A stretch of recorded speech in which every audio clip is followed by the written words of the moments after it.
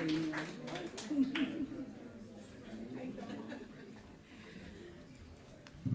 I'm not one to cut off dialogue, but I definitely would be remiss if I did not afford an opportunity for, well, first of all, thank you, Dr. Christopher, for your remarks.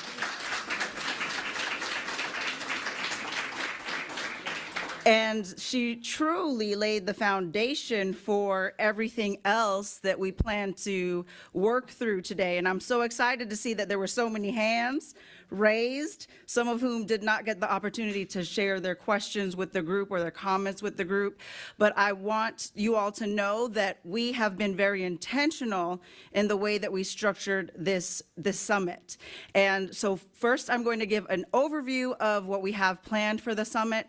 And then I definitely want to invite some of the planning partners who haven't yet had the opportunity to hold the mic to have that opportunity to share with you all as well. Because as you can imagine, this was a labor of love and not a labor of one or two folks. And I think it's really very important to me personally that all of those folks who were engaged, and I know that there are some students that I won't be able to call all of the names, but just know that to get us here was truly a group effort. And so when Dr. Christopher talked about a supermajority, I think sometimes we forget that we already have one, because we get focused in on the negatives, right? We get focused in on what we don't have a lot of times, and that's that scarcity mentality that results in us having opposition amongst ourselves. And so we're going to intentionally be discussing some of those dynamics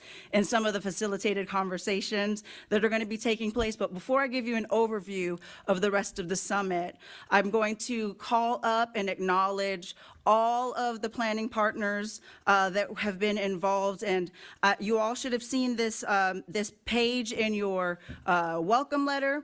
But I know I go to conferences too, and no one read anything in the welcome letter. So I'm just gonna make sure that I acknowledge my team.